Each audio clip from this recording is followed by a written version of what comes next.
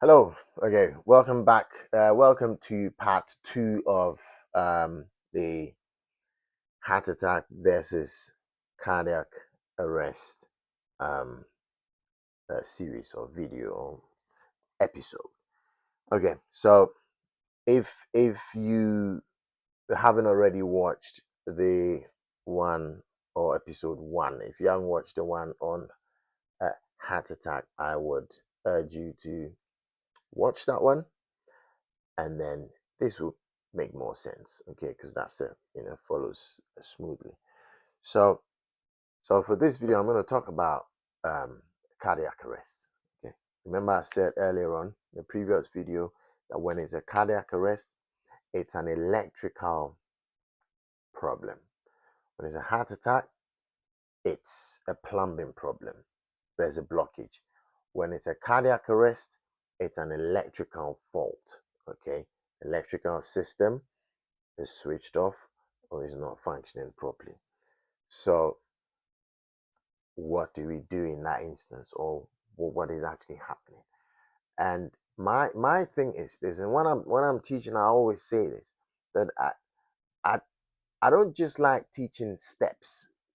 Step one, that step two, that I like to I believe that if you have an understanding of why you're doing those steps or why you're carrying out all those things, you probably do it better. Okay, you be more aware, you be more conscious of you know exactly why you're doing what you're doing. So again, I'm gonna draw my uh not very beautiful heart again. I use a green or black. All right. Okay. I'm gonna draw a green heart. And that's a beautiful heart, right? Okay, and like I said, the heart has what? Four chambers. Boom, boom. And if you remember the first episode, what's this chamber called? Ah, there you go. This is the right. It feels very weird trying to write, you know, upside down. But yeah, let me try. Right atrium, and then this is the left atrium. The right ventricle and the left ventricle. Okay, all right. I've already talked about the pumping action in the first video, so you might want to go and check that video and get a good understanding of that. Okay, but this is going to focus on the electrical activity. So just like that machine that's working, that wherever whatever machine you can think about that's working, you plug in the socket, you turn the electricity on, and then that machine starts doing what it needs to do. Um, so again, here, where's the electrical signal coming from? Where is it turned on? Where is it turned off? Because there's an on and off action that goes on, and that's why the heart is able to do that. Okay, so we have this. I'm not gonna go because this is not a science lesson. Okay, this is just the first aid. First aid. So I'm gonna keep some of the language very basic, very simple. There's a switch up here. Okay, so this is the right atrium. There's a switch up here. Where are my markers? There's a switch up here. Okay, it has a name. I'm not going to go into that. There's a switch up here. There's another switch up here. So this switch, when you turn it on, it sends electricity. I'm going to use just basic terminology. Okay, I don't want to be using imports and the PNG fibers and those things. I don't want to confuse. I'm going to try and keep it. They say kiss, keep it simple, stupid, or is it keep it stupid, simple? Keep it. Oh, you know what I'm talking about. So I'm going to try and keep it very, very, very simple. There's a switch here. There's another switch here. When this switch turns on, okay, basic language, it see this chamber. It it it causes this chamber to squeeze. Then when it switches off, it causes this chamber to relax. Are we okay with that? So squeeze and relax. So it's like holding a ball. This is not a ball. This is actually my daughter. But you know when you squeeze this, oh, something came out of it. When you squeeze this, if there's water in this, there's a fluid in this. If I squeeze, that fluid is gonna come out. If I release it, then I can refill it. If that makes sense. So that's what's happening here. When the switch comes on, this chamber squeezes. Then when it squeezes, what happens? It moves blood down. Once the blood has flown into the next chamber, it needs to relax again for another refill. So the switch goes off, and then this chamber relaxes again to refill again. Then you know what's going to happen again. The switch is going to come back on again. Then it squeezes, pushes the blood down because the blood is moving around the heart. Boom, boom, boom, boom, boom, boom, boom. This action is going on, and it's these switches on and on, off, relax, on, off. It's beautiful. It's just beautiful. So it switches on. This squeezes or contracts. Then when it switches off, it's like a relay. When it switches off, it sends a message is sent. As I'm going to keep the language simple. A message is sent down the middle to this switch, and this switch also comes on.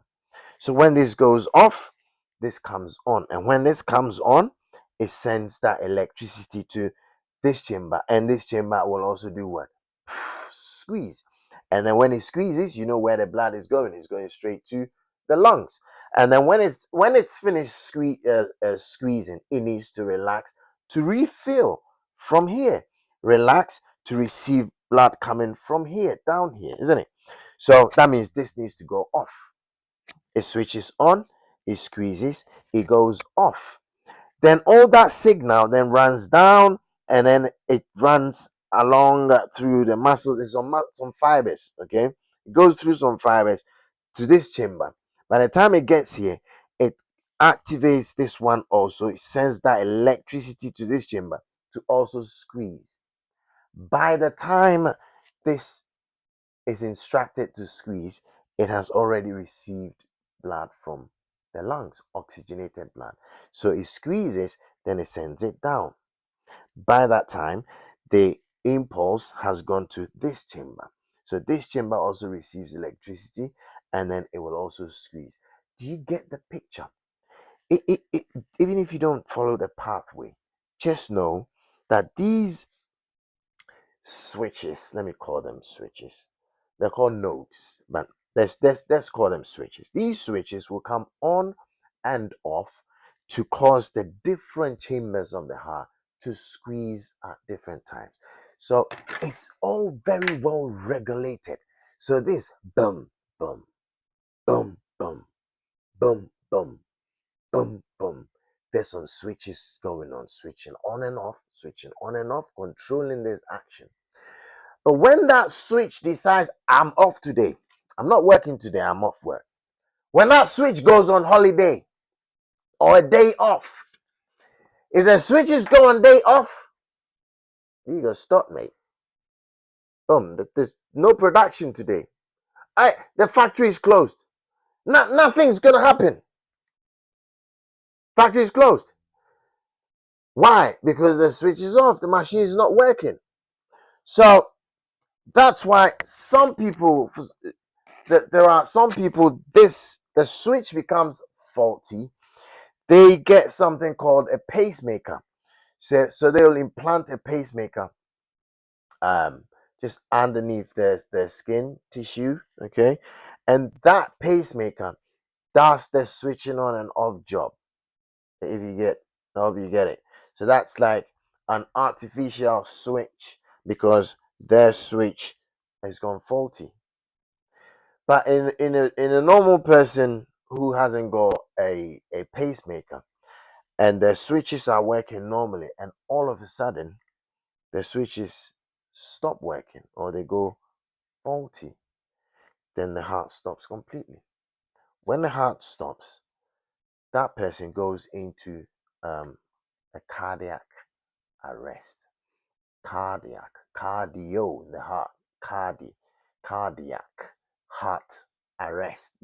If you arrest somebody, you stop them, isn't it? When you arrest someone, you literally immobilize them, you stop them from moving. So when you arrest the heart, you stop it. So that's what a cardiac arrest is. The electrical system gets faulty or switches off. And then the heart, when we say the heart stops, what we're trying to say is the heart will go into ventricular fibrillation. It's, instead of controlling that, then the heart might go into that before eventually the heart, boom, stops completely. Flatline, gone. So, how do we know it's a cardiac arrest? And like I said, it's a cardiac arrest if the person collapses. And when the person collapses, you have to find out if the person is breathing. And this is where it matters a lot, because someone can collapse, they might have just fainted. And if they fainted, they'll still be breathing. And so the checks that you have to do is to immediately find out if they're breathing. And if they're not breathing, then that tells you, oh, they've gone into cardiac arrest. How do you check if they're breathing? Now, what you need to do is, I got my old friend here, Johnny. Say hello to John. John, say hi to everyone. Right. So what happens is when that person goes into cardiac arrest, they drop, boom, they stop breathing. The way you can find out if, I mean, whether they're breathing or not, is to assess their breathing. But just know one thing I'm going to mention, and we'll be do. I think I'll do another video about the approach. I just thought heart attack, and this was just bugging my mind. But we'll go through the whole sequence of what do you check for. You have to make sure that you're not putting yourself at risk. Okay, if it's dangerous for you to get involved, then you don't have to. Okay, but you have to check for all of that. Check for danger and all of that. You have to assess their breathing before you can actually know whether they're breathing or not. Now, the person breathes through the nose. The airway gets blocked most of the time when your casualty drops and they lying flat on their back. As they lying flat, the muscles of the body will relax. The tongue, which is connected to the jaw, the tongue falls back and blocks the airway. So that alone, and that's why we have to act so fast. When all of this is happening, it's boom, boom, boom. We're acting fast because so many things can go wrong. Now, let's imagine, right? Okay, he's at a cardiac arrest, right? Maybe the heart is in ventricular fibrillation. The heart is doing that. But maybe when we resuscitate, he can come back to life. But because he's lying on his back, and the chances are the tongue can block the airway, he could actually die, choke and die. So where we could have actually given them a second chance of life, because we didn't act fast, we didn't know that the airway can get blocked and he can choke and die. He just die of just choking. He just choked and died. So do you see how one thing can lead to another thing? So the most important thing is to check if they're breathing. But before you can check and feel their breath, you have to open up the airway, because like I said, the airway gets blocked, or chances are the airway might be blocked by the tongue. So you have to tilt the head back. Okay, so when you put your hand on the forehead, oh John, sorry, you put your hand on the forehead and then the chin like that, you try and tilt the head back. When you do that, you open up the airway. See, the airway opens like this, the airway is closed. When we do this, the airway is open. So actually, if they're still breathing, we can now find out if they're breathing. And all you have to do is listen real close. You get close to the nose, try and see if you can feel the breaths. Or as we're doing the same, we're looking down the chest to see if the chest is rising and falling.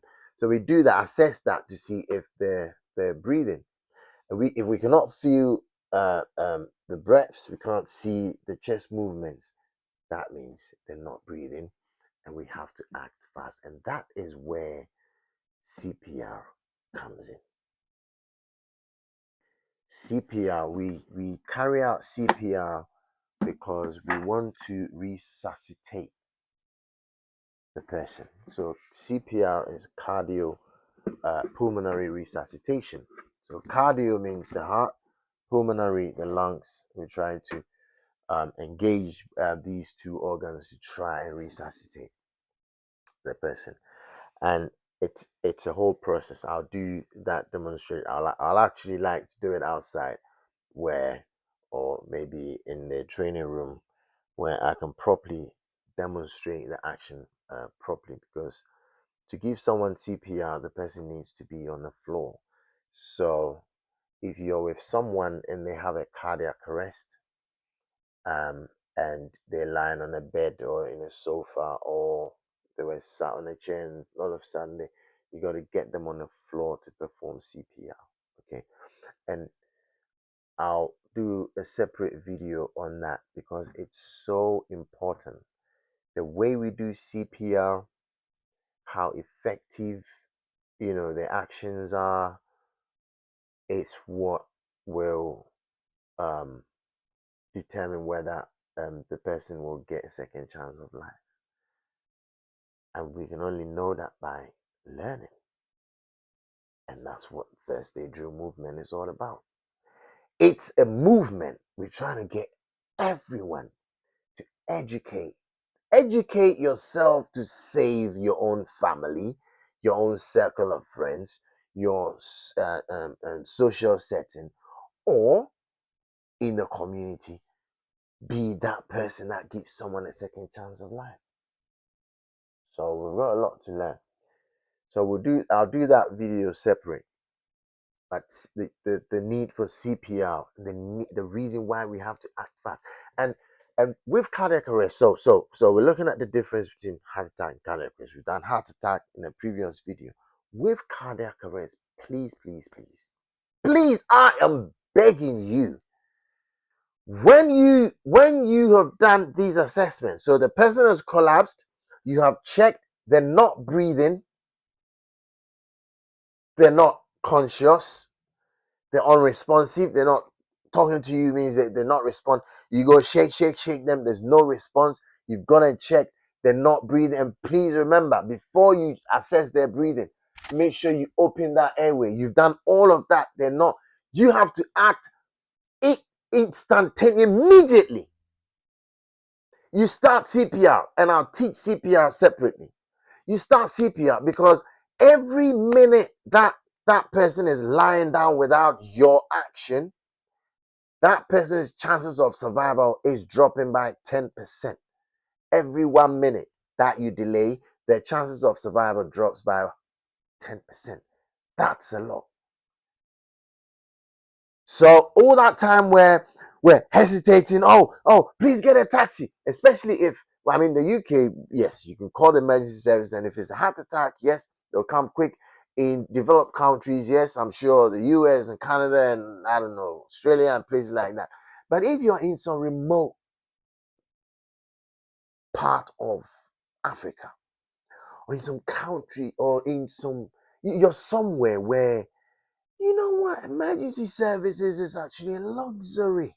A luxury. You can't just pick up the phone and say, oh, someone's having a heart attack, and people just arrive within like 10, 15 minutes or 5 minutes. Some people don't have that luxury. And I know this.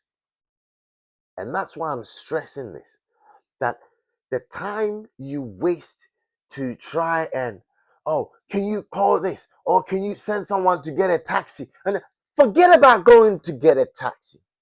If the person comes back to life, then yes, you put them in a taxi and take them to hospital. But at that point where they are lying still, not breathing, not making a sound, not making any movement, they're not breathing, that's a cardiac arrest. You jump on the chest straight, not literally jump. I'm not saying jump, but you start CPR immediately. Because the thing is, you know what? Within the first 3, 4, 5 minutes, when that person collapses, the brain begins to lose oxygen, obviously. The cells of the brain starts getting damaged. And in fact, not just the brain, but the whole body, the cells of the body will start losing oxygen. The good thing is, and I need to stress this, in the moment when that person collapses, within the first 3, 4 minutes, there'll still be oxygen in the blood that's in their body. And that's why that immediate action is so important, because that immediate action is literally just, that pumping action I demonstrated earlier on, that's controlled by the electrical activity. Yes, when electricity stops and the heart goes like that, and that pumping action stops, that CPR, that pumping action, is literally us forcing the heart to do this. We're doing it manually without the electrical control. That's what's happening. That's what CPR is doing. That's what the compressions we do, that's what it does. It manually squeezes, it manually pushes on the heart and forces the heart to squeeze blood, taking blood, squeeze blood, taking blood. So that circulation, we just encourage neural perfusion. So basically, blood to go back to the brain, and then circulation and venous flows of blood coming back to the heart, and we're just pushing on the heart. And when the heart is doing that, you saw the movement when I demonstrated on the thing. The heart already knows where to send the blood because there are valves. Okay, they know where to do. Your job is to just push on the heart, and the blood knows where it goes. It just knows it. The gate, it just knows. It just knows. So we don't have to worry about that. We just have to make sure we're pushing deep enough. And I'll teach CPR separately. Okay, we push deep enough so we can circulate that blood. But the thing is, within the first 4 minutes, 3 to 4 minutes, as we're manually pushing the heart to circulate that, the cells, the brains, and all that will be picking up the oxygen. So that means eventually oxygen is going to run out of the body. And that's it. When oxygen runs out of the body, boom, they're gone. So it's important that we understand this so that we know we have to act very fast. And the funny thing is, when I teach CPR, I'll talk about this, but CPR alone is not even enough. The defibrillator is what makes the difference. Boom! Defibrillator, boom! This is the AED. This is a trainer one. But this, now in the UK, obviously in developed countries, they are around.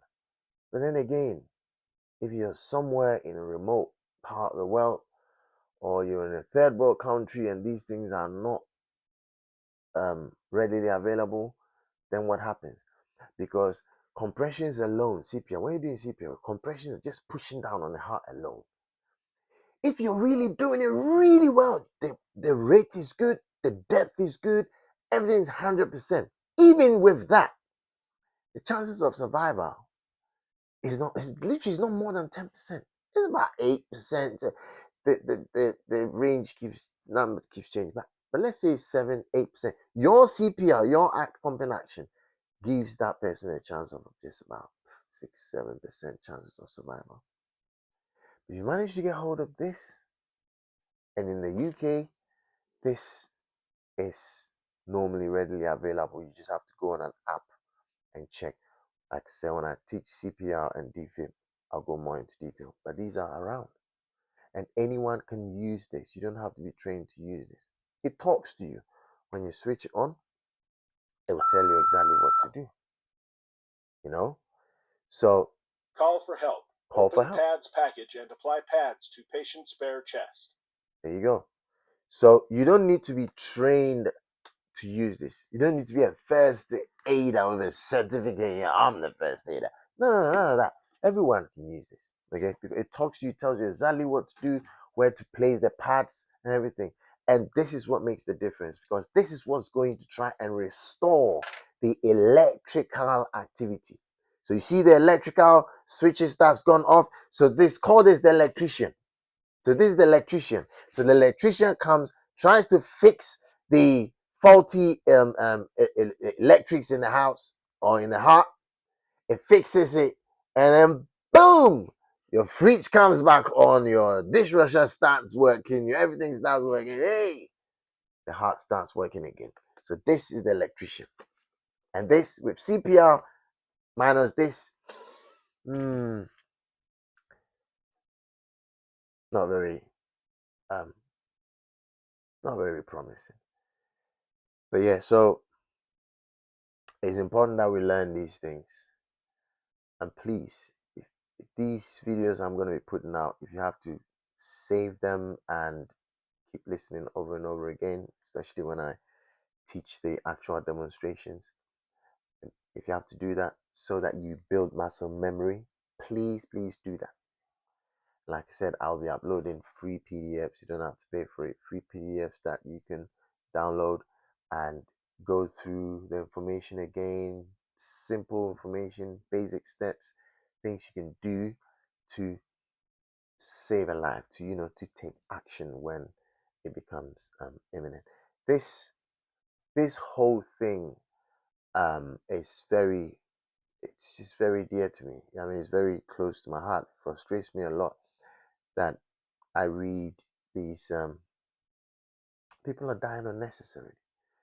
Okay, I read these reports, health and safety executive newsletters, the resuscitation council guidance that comes out, and then the reports of people just dying out of hospital.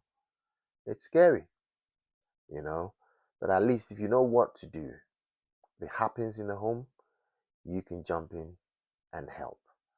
The message needs to get out there. Okay, I mean, this is not about. I, I've been pushed so much.